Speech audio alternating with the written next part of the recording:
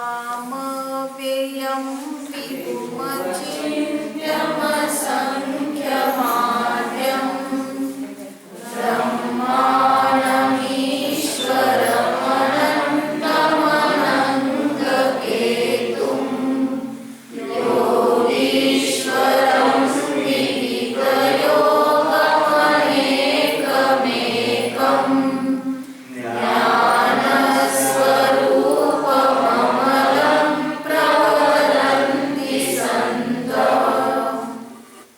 आता याच्यात काय सांगताय, काल आपण काय पाहिलं होतं याच्यामध्ये की मुनी आपणासच मानतात, सूर्याप्रमाणे तेजस्वी भगवंतांना स्वीकार करतात आणि तुम्हाला प्राप्त करून मृत्यूवर जय प्राप्त करतात. आता 24वा श्लोक सांगितला. ह्याच्यात काय म्हटलं, त्वाम म्हणजे तुम्हाला, अव्ययम अव्यय म्हणजे अविनाशी वेरही, विभुम अचिंत्यम असंख्यम आद्यम, काय काय सगळी नावं काय आहेत, विशेषण आहे. गुण जेवढे गुण आहेत तेवढ्या गुणांच्या अपेक्षेने केलं जातं. आपण अव्यय म्हणजे अविनाशी आहात, म्हणजे शाश्वत आहात. विभू म्हणजे कसे आहात, समर्थशाली आहात, म्हणजे आपल्या द्रव्याला परद्रव्याची अपेक्षा नाही किंवा दुसऱ्या शक्तीची अपेक्षा नाही, असे विभू आहात. अचिंत्य म्हणजेच आपला विचार मनाने कोणीही करू शकत नाही की आपण कसे आहात, असं आपलं स्वरूप अचिंत्य आहे. आणि असंख्य म्हणजे, असंख्यचा अर्थ काय होतो, तर जे मोजता येत नाही ज्यांचे गुण, असे असंख्य आहे. आणि आद्य म्हणजे कसे आहात, तर अनादिकाळापासून आहात. ब्रह्मानम ईश्वरम अनंतम अनंगकेतुम, आणखीन कसे आहात, तर ब्रह्मस्वरूप आहात, ईश्वर स्वरूप आहात. अनंत म्हणजे ज्याचा नाश कधी होत नाही, अशा प्रकारचे अनंत काळापर्यंत राहणारे आहात. अनंगकेतू म्हणजे कसे आहात, तर कामाला नष्ट करण्यास ध्वजेप्रमाणे आहात. योगीश्वरम विदित योगम अनेकम एकम, योगीश्वर म्हणजे योगीचे ईश्वर आहात आणि ज्यांचं स्वरूप म्हणजे योगीश्वरांना विदित झालेलं आहे, म्हणजे कळलेलं आहे. योगीश्वर पण आहात आणि योगीश्वरांना विदित योग म्हणजे ज्यांचा योग विदित आहे म्हणजे माहीत आहे. अनेकम एकम म्हणजे जे आपल्या योगाने आपलं ध्यान करतात, असे ते योगीश्वरांना फक्त आपण विदित आहात, म्हणजे आपण कसे आहात ते कळते, म्हणजे स्वतःच्या आत्मानुभूतीनेच स्वतः गम्य आहे, त्याच्यावरनं फक्त अनुमान केलं भगवान असे आहे. अनेक स्वरूप आहात म्हणजे सकाळी नियमसारची आता सांगितली. अनेक स्वरूप का म्हटलं, विश्वरूप म्हटलं त्याला, तर ज्ञानाचे जेवढे भेद झाले त्या अपेक्षेने अनेक स्वरूप म्हटलं. एक स्वरूप आहे म्हणजे अखंड स्वरूप पाहिलं तर एक स्वरूप आहे, भेद केला तर अनेक स्वरूप आहे. ज्ञानस्वरूपम अमलम संतः प्रवदन्ति, आपलं स्वरूप ज्ञानस्वरूप आहे, अमल आहे म्हणजे निर्मळ आहे, असं संत लोक म्हणतात. संत लोक म्हणतात म्हणजे संत हा शब्द कुठं घ्यायचा, सत असलेलं, अस्तित्वात असलेलं. मग सदैव अस्तित्वात जे आहेत आणि ज्याने आपलं अस्तित्व ओळखले ते प्रवदंती म्हणजे प्रकर्षाने म्हणतात, म्हणजे प्रकर्षाने सांगतात. मग वद हा धातू जो आहे तो सांगण्यार्थी पण झाला आणि अनुभवण्यार्थी पण झाला. म्हणजेच आत्माला जाणताना काय आहे, तो वद धातू अनुभवणे होतो. आणि जेव्हा सांगण्यार्थी येतं तेव्हा काय झालं, म्हणजे भगवान असं सांगतात किंवा संत असं सांगतात की असं स्वरूप आहे भगवंतांचं, असं स्वरूप आहे. मग व्यवहाराने भगवंतांचं असं स्वरूप सांगितलं, निश्चयाने आपलं स्वरूपच असं आहे. मग किती 1008 सहस्रनाममध्ये नावं आहे. मग त्या अपेक्षेने पाहिलं तर 1008च आहेत का गुण, तर जेवढं सांगता आलं तेवढं सांगितलं, पण आहेत अनंत गुण. मग त्याच्यावर आपला उपयोग फक्त लावण्यासाठी किती पण आपण नावं घेऊन काय करू शकतो, त्या गुणांचं स्मरण करू शकतो, स्तुती करू शकतो. म्हणून आता एका शब्दातून पाहायचं. अव्यय, अव्यय म्हणतानाच काय आहे, आपलं लक्ष व्ययाकडे जातं. आणि म्हणून आपण दुःखी होतो. मग किती खर्च झाला आज विचारलं, व्यय. मग काय झालं, खर्च जास्त दिसला की टेन्शन आलं. पण तो जमा कमी आहे आणि खर्च जास्त आहे.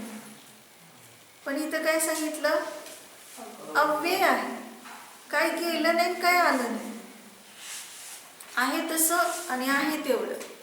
मग आहे तेवढं आहे म्हटलं की काय झालं, पूर्ण समता भावाने निराकुल झालं. म्हणजे स्वभाव तर कधी कमी पण होत नाही, जास्त पण होत नाही. आणि तरी सुद्धा हा आकुलता काय करतो, पर्याकडे पाहून. म्हणजे जास्त आलं की हुरळून जातो आणि कमी झालं की दुःखी होतो. पण दोन्ही पण आपल्या स्वरूप नाही. मग ते काही असो, धन असू देत, धान्य असू देत, घर असू देत, क्षेत्र असू देत, किंवा अजून हिरण्य, सुवर्ण वगैरे सगळं परिग्रह चित्त अडकले ना. हे परिग्रहाच्या विषयीच हा असा विचार येतो. आणि म्हणून इथं काय सांगितलं की भगवान तुम्ही अव्यय आहात. मग तसं माझा आत्मा देखील अव्यय आहे, काही कमी नाही काही जास्त नाही झालं. हे किती आपल्याला एकदम बोध असा मिळतो. आपल्याला वाटतं ना की आज आपल्यावर अमक्या अमक्याने प्रेम केलं, मग काय जास्त वाढली का आत्म्यामध्ये काही गुणवत्ता. कोणी काय प्रेम दिलं तरी वाढलं नाही, प्रेझेंट दिलं तरी काही वाढलं नाही. आपला आत्मा आहे तेवढाच राहिला. आणि आपलं घेऊन गेले, आपल्या घरातलं घेऊन गेले म्हटलं की काय झालं, आत्म्यातलं काही कमी झालं. काय घेऊन गेले आपल्या घरातलं, जे नाही ते घेऊन जातात. आहे ते काय घेऊन जाईल का कोण. म्हणून सतत कुठं उपयोग द्यायचा आहे, अव्यय स्वरूपाकडे पाहिलं की पूर्ण निराकुल आहे तेवढं आहे त्या स्थितीमध्ये. किती घटना, एवढ्यावर आपण किती घटना सांगू शकतो. म्हणजे चक्रवर्तीला एकदम 96,000 राण्या आल्या. केव्हा आल्या, एक एक एक एक आल्या की एकदम आल्या 96,000.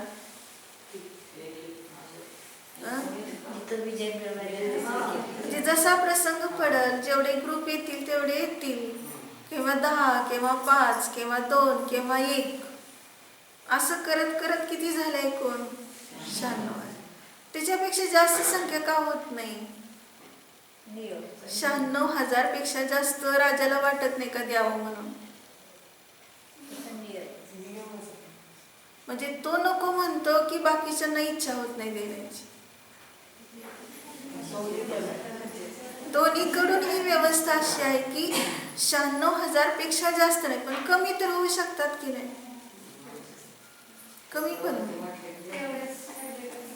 ठरलेली संख्या. आणि एखाद्या चक्रवर्तीला झालंच मध्येच वैरागी, तर कसं मग संख्या पूर्ण होणार. म्हणजे कुठले पण चक्रवर्ती ब्रह्मचारी राहू शकणारच नाही,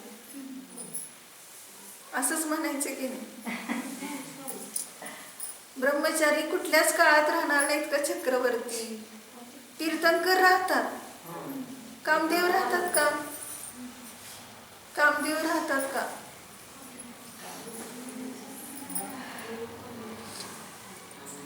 बलदेव कोण होते, बलभद्र. कामदेव होते तरी ते राहिले की नाही ब्रह्मचारी.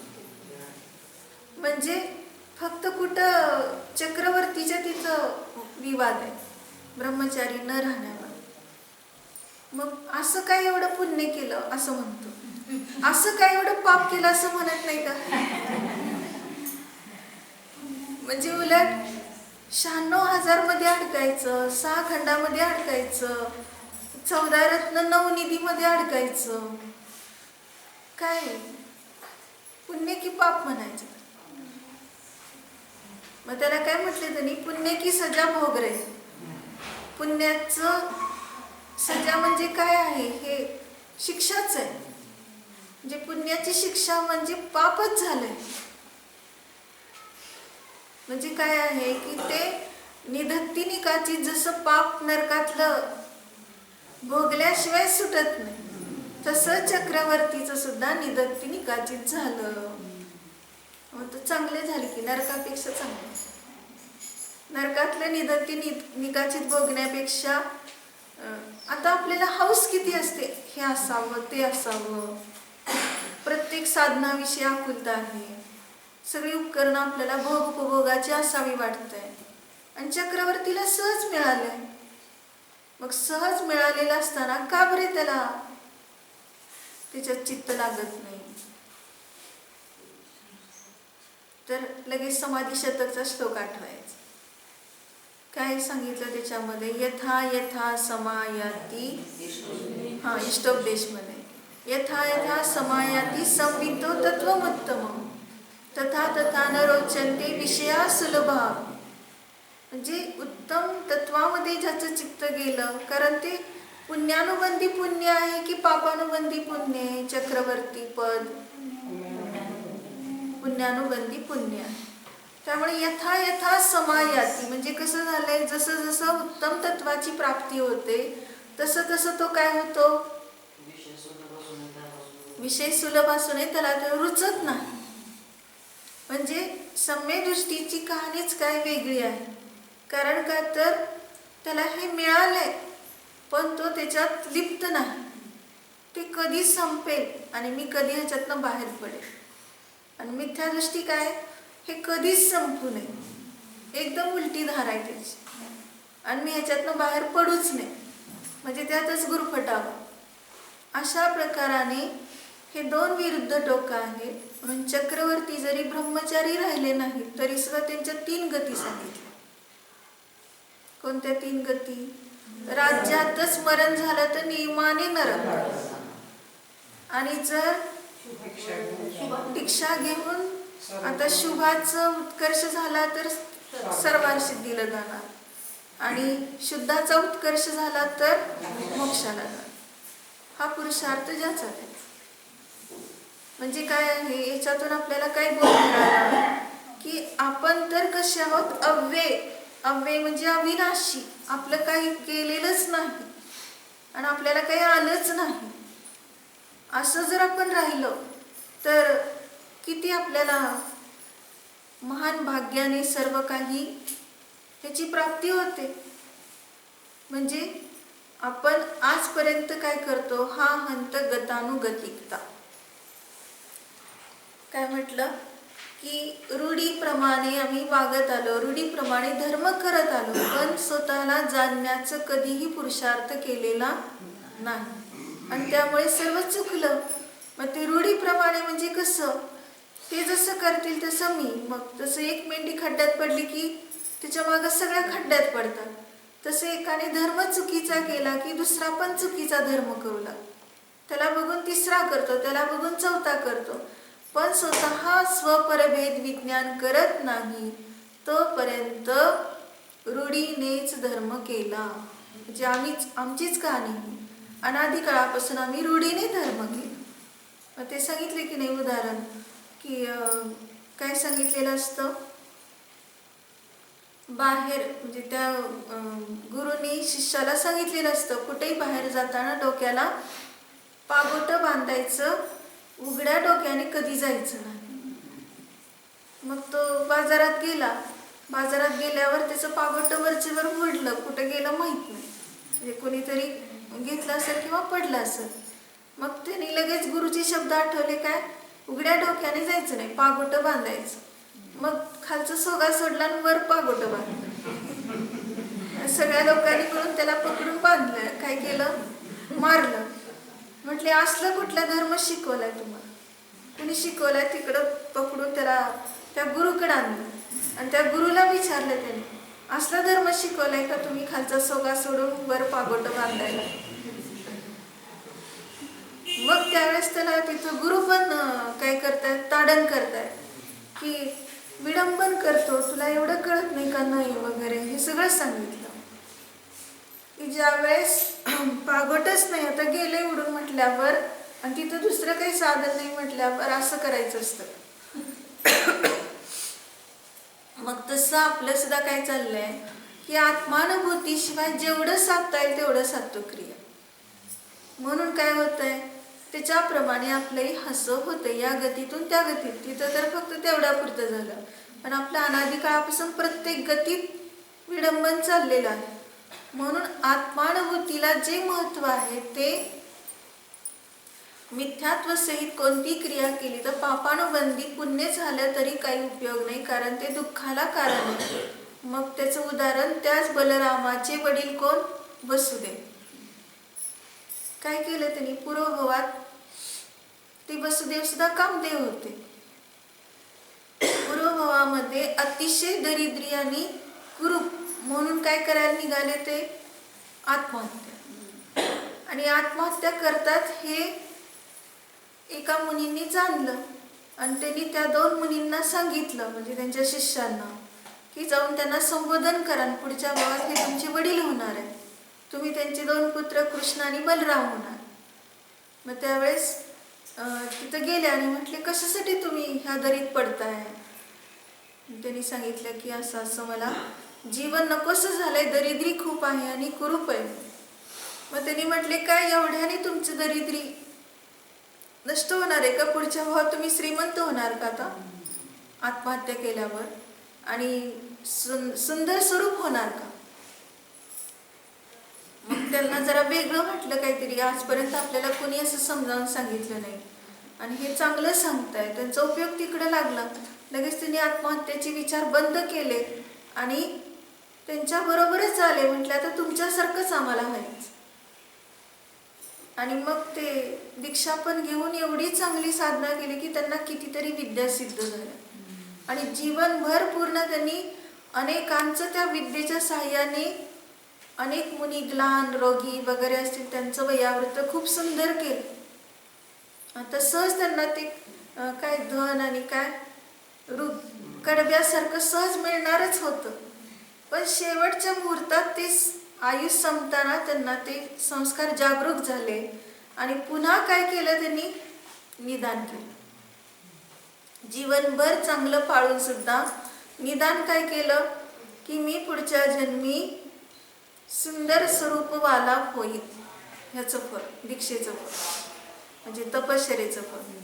आणि मग काय, ह्या निदानाचं फळ ते सुंदर स्वरूप झाले, कामदेव झाले आणि एवढं विडंबन झालं की ते निदानाचं फळच सगळं असं मिळत राहतं की किती स्त्रिया त्यांना पाहून मोही व्हायच्या आणि किती अनर्थ कराय. त्या बालकाला घागर समजून कडेला घेऊन गेलेत, विहिरीत पाणी आणायचे विहिरीतलं. तर त्या विहिरीत काय सोडलं त्यांनी? बालकाच्या गळ्याला फास लावून सोडलं घागर समजून. एवढं ते रूप पाहण्यामध्ये तल्लीन व्हायच्या सगळ्या स्त्रिया. ते आलेत म्हटलं की कोण भानावरच राहायचं नाही. अनेकांचे अनेक अनर्थ झाले आणि शेवटी प्रजेने तक्रार कोणाकडे केली? ते समुद्रदत्त, त्यांचे भाऊ, मोठे भाऊ वसुदेवाचे. हे असं तुमच्या वसुदेवाच्या कारणाने अनर्थ होत, काय करायचं ठरवा तुम्ही. आता वसुदेवाला तर काही बोलून चालत नाही, त्याला काहीच माहित नाही ना आपण निघाल्यावर असं होतंय म्हणून. मग त्यांनी समुद्रदत्ताने काय केलं? त्यांना समजावून सांगितलं, तुमचं शरीर फार कोमल आहे, नाजूक आहे, रंग बदलतो उन्हात वगैरे गेल्यावर, तर सगळी व्यवस्था आपल्या महालात आहे, काय पाहिजे ते इथंच सगळं मिळेल, बाहेर जाण्याची गरज नाही. मग कित्येक वर्ष तसे राहिले, अगदी त्याला म्हणतो काय आपण राजकैद. त्यांना कळलं सुद्धा नाही की आपल्याला असं ठेवलंय राजकैद म्हणून. त्यांना वाटायचं खरोखरच आपल्या शरीराचं कौतुक करून भावाने आपली सोय केली. पण काय केलेलं असतं? बाहेर पडू नये, ते कोणाच्या दृष्टीला पडू नये अशी सोय केलेली असते. म्हणजे कशाचं फळ मिळालं? हे निदान केल्याचं असं फळ. म्हणजे सार्थक झालं की व्यर्थ झालं. आणि इथपर्यंत तिची मजल गेली की शेवटी त्यांना जेव्हा लक्षात आलं की मला राजकैद करून ठेवले आणि असं स्त्रियांचे परिणाम बिघडतात, मला माझ्या रूपाला पाहून लोक स्त्रिया अशा मोहित होतात म्हणून मला असं केलंय, हे समजले की तिथून ते जे सुटले, कोणालाच न विचारता त्या राज्यातनं जे बाहेर पडले, खूप लांब गेले आणि फक्त काय त्यांनी प्रसिद्ध केलं सगळीकडे, वसुदेव जळून मेला. म्हणजे आता तो अस्तित्वात आहे हे सुद्धा कोणी दखल घेऊ नये इथपर्यंत त्यांनी वैतागून गेलेलं. ते काही खरोखर जळले नव्हते, पण ही अशी घटना नंतर घडली. म्हणून काय लक्षात घ्यायचं आहे की आपण तर जसे आहेत तेवढेच आहे, जेवढं आहे तेवढंच आहे, त्याच्यामध्ये कुठेही फरक पडत नाही. अव्यय आहे, भगवान अव्यय आहेत, मी सुद्धा अव्यय आहे. ह्या बाहेरच्या संयोगाचं काही पण बदल होईल, म्हणजे शरीर येईल, शरीर जाईल, किंवा सुरूप असेल, कुरूप असेल, किंवा रोगी असेल, निरोगी असेल, दरिद्री असेल, श्रीमंत असेल, ह्या सगळ्या अवस्था आपल्या परिणामानुसार घडलेल्या आहेत. म्हणून आपण आता प्रत्येक समय फक्त न्यायिकतेचे भाव करायचे, की जेणेकरून आपल्याला किंचित मात्र आपली दुर्दशा होणार नाही. कारण आपण सुखासाठी सगळं करायला जातो, पण होतं दुःख. सुखाय दुःखानी धर्माय पापानी समाचरण. अज्ञानी लोक काय करतात की सुखासाठी दुःखाचं आचरण करतात आणि धर्मासाठी पापाचं आचरण करतात. मग ते बाला म्हणजे शिकता समूह तैलाय बाला निपीडयंती स्फुटमत्वदीया. काय म्हटलं की बाला म्हणजे जे अज्ञानी जीव आहेत ते काय करतात, तेलासाठी वाळूचे कण रगडतात. कसे तर स्फुट म्हणजे खरोखर स्फुटम अत्वदीया, म्हणजे अत्वदीया म्हणजे तुम्हाला जे जाणत नाही तेच अशा प्रकारचं कार्य करतात. जे तुम्हाला जाणतात ते असं करणार नाही. तुम्हाला म्हणजे कोणाला, भगवंतांना व्यवहार नाही. आणि निश्चयाने आपल्या निजध्रुव कारण परमात्म्याला जर जाणलं तर ही दुर्दशा होणार नाही. पण आपण अशी दुर्दशा का करून घेतो, तर स्वतःला जाणत नाही, एवढंच त्याचं उत्तर आहे. म्हणून स्वतःला जाणून जर केलं तर कुठेही आपल्याला विडंबन होणार नाही. सर्व काही आपल्यामध्ये, पण बाहेर शोधायला जातोय, हेच विडंबन मोठं आहे. बाहेर त्याला काय काय पाहिजे असतं आणि ते एवढं सगळं मिळालं तरी तर शांती नाही. धन मिळालं शांती नाही, घर मिळालं शांती नाही, जे पाहिजे ते मिळालं म्हणून त्याला ज्ञानार्णवमध्ये काय म्हटलं, तत किम. तुला काय काय पाहिजे होतं ते मिळालं, पण फायदा काय, तत किम म्हणजे त्याने तुला फायदा काय झाला. आता सांगितलं ना, वसुदेवाने सुंदर स्वरूपाची मागणी केली, पण तिथं विचारायचा प्रश्न, तत किम, त्याने फायदा काय झाला. उलट नुकसानच आहे. धनाची इच्छा केली, चक्रवर्ती झाला, तत किम, फायदा काय. तो कशात मोही झाला, तो रसनेंद्रियाच्या विषयात आसक्त होता आणि मग त्याच्यातच तेवढी कमजोरी झाली आणि तेवढ्याने ते वेंतरदेवाने पकडून त्याला काय केलं, मारलं. म्हणजे काय, एवढा मोठा चक्रवर्ती आणि एवढं सगळं 6 खंडाचं राज्य, एवढे सगळी सेना, एवढे रत्न, पण कोण उपयोगी पडलं त्याला मरताना, नरकाला गेला तो. म्हणजे काय आहे की धन सुद्धा उपयोगी नाही, घर सुद्धा उपयोगी नाही. 96,000 राण्या तरी काय करू शकल्या, एवढे मंत्री वगैरे काय करू शकले, कोणीही आपलं नाही. धन समाज गज बाज राज तो काज नावे, ज्ञान आपक रूप भय फिर अचल राहावे. म्हणून काय सांगितलं, धन समाज हत्ती घोडे पायदळ वगैरे हे सगळे आपल्याला उपयोगी पडत नाही, फक्त ज्ञानच आपल्याला उपयोगी पडणार आहे. एवढ्यावर आपण अचल राहिलं पाहिजे, इतकी आपली उपादान शक्ती आपण वाढवली पाहिजे. आपल्याला काय वाटतं की आता सुनेला असं बोललेलं चालत नाही, बोललं की ती आता स्वयंपाक करणार नाही, मग स्वयंपाक करणार नाही म्हणून आपण काय करतो, तिच्याप्रमाणे वागायला जातो. तिच्याप्रमाणे वागायला म्हणजे तिची सुधारणा करत नाही तिच्या चुकीची, कारण चूक सांगितल्यावर ती स्वयंपाक करणार नाही. मग ती स्वयंपाक केली नाही तर मला कुठं होत आहे, मग मी कुठं काय करत बसणार, करू दे तिला काय करायचं ते, चुकली तर चुकू दे असं म्हणून जर सासू गप्प बसली तर काय होतं, कशाच्या अधीन झाला हा जीव. त्याने आपली उपादान दृष्टी वाढवली नाही. माझं ज्ञान अचल आहे, ज्ञानच मला शरण आहे, सून मला शरण नाही. माझ्या घरातली जी परंपरा आहे, कुल परंपरा किंवा जे धर्म आहे ते मी तिला शिकवणारच. तरी मान्य करू देत नाही तर न करू देत, पण मी चुकणार नाही सांगायला. आणि मग ती माहेरी जाऊ देत नाही तरी इथं बसू दे. इतकी दृढता आपली वाढवली पाहिजे. ऐकतशी आपली प्रत्येक ठिकाणी सगळ्याच्या अधीन होतो आपण. हिला जर असं बोललं तर ही असं करते, तिला जर तसं बोललं तर ती तसं करते, नको काही बोलायला. किंवा काय म्हणतो, त्या नोकराला जरा सुद्धा काही बोलायला नको, ते बोललं की लगेच म्हणतो सुट्टी, म्हणतो आता येणार नाही म्हणतो कामात, म्हणून त्याला त्याचं जसं असेल तसं खपवून घेतो. म्हणजे का तर आपली शक्ती नाही ना, उपादान शक्ती आपण पाहत नाही की माझ्यात हिंमत आहे, नाही आला नोकर तर नाही येऊ देत, नाही कोणी कामाला आलं तर नाही येऊ देत, मी काही कमी नाही. ही जोपर्यंत आपली दृढता वाढत नाही तोपर्यंत आपण दुसऱ्याच्या अधीनतेने जातो. म्हणजे सगळ्या ठिकाणी कसं आहे, फक्त धर्मातच उपादान बघायचं नाही, सगळीकडे उपादान पाहिजे. उपादान दृष्टी असणारा कुठंही दुःखी होत नाही, तो सदैव सर्वत्र काय होतो, सुखी राहतो. पण निमित्त दृष्टी असणारा तिच्याजवळ किती असू दे, रेलचेल सगळ्या नोकरांची, चाकरांची, सगळ्या वस्तूंची, पैशाची, घराची, माणसांची सगळी रेलचेल असू दे, पण तो अशांत आहे. कारण का तर निमित्त दृष्टी आहे त्याची, निमित्ताधीन दृष्टी असल्यामुळे सदैव तो बेचैन आहे. म्हणून आपली दृष्टी फक्त कोणती करायची आहे, उपादान दृष्टी जागरूक करायची. तर आपण काय होणार आहे, आपलं बल वाढणार आहे. नाहीतर आपली शक्तीच आपण कसे होतो, मग निर्बल होत जातो. म्हणजे आपल्या विभावानेच आपण दुर्बल होत जातो. म्हणून आपले स्वभावाचे जसे परिणाम आहेत त्या परिणामानुसार किंचित मात्र ह्यामध्ये कुठलंही निमित्त खराब भेटत नाही. आपोआपच तिथं निमित्त सुद्धा काय भेटतं, चांगलंच भेटत जातं. कारण का तर उपादान दृष्टी ठेवली आहे. आणि थोडं काय झालं की त्याला टिकवायला जातो, बरं असू दे तुझं काय असेल तसं असेल, लगेच असं करून त्याला टिकवायला जातो. त्याला जितकं टिकवायला गेलं तितकं तो आणखीन डोक्यावर चढवत जातो, आणखी सगळी अशांती वाढत जाते.